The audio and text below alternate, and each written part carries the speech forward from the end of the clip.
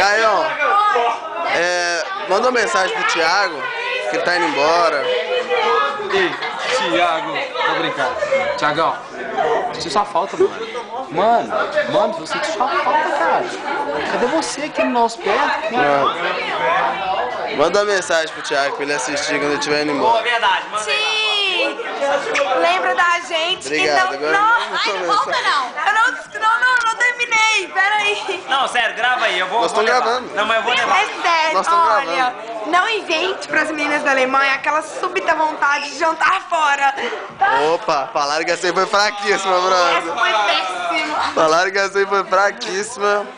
Agora uma mensagem pro Thiagão. Vai com Deus. É isso aí, trouxa. Lá. Mensagem pro Aqui Thiagão. não, viu? Agora, Vá com Deus. pode. Pera aí, Vidinho. Você pode? Fala aí, Rafão. Já falei, vá com Deus. Fala aí, Xandão. Ai, não, Ti.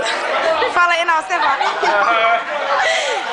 Ô, Bibi, manda Ô, mensagem. brother, você vai fazer muita falta. Você é um cara muito importante na minha vida. Um preto safado, bandido, enrolado, mas nós chamamos e volta logo, brother.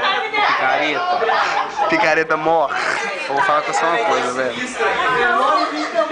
Eu sinto saudade eu sei aqui, cara.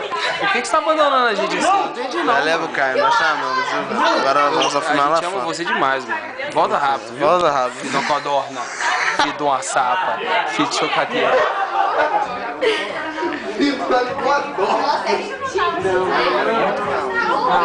Muito. Não. Pode ir, tem hora. Ô, Thiago, manda um beijo.